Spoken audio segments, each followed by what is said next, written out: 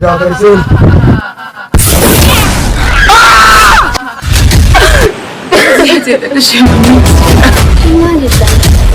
Ya zama dole a kawo mun macijiyar nan yau.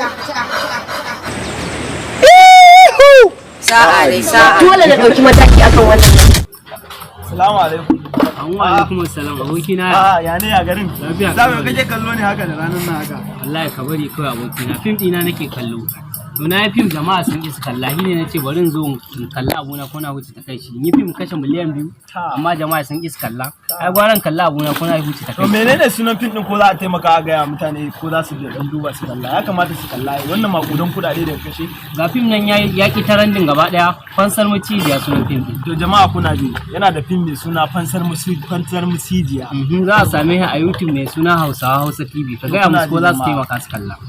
Pin ɗinsa mai suna Hausawa Hausa TV da Allah ku taimaka ku je ku kalla wannan bawan Allah ya ji makudan dukiyarsa ka san kasuwa na yi dan riba ko ba haka bane ba fansar michijiya kada ku manta da sunan Fansar michijiya an san shahararren ta fara fikin nan da dogon zango yadda za mu ka sake shi yadda za a yi tafiya mai suna Hausawa Hausa ku maza ku je ku danna mana subscribe ku je ku samu shahararren katafaren fim din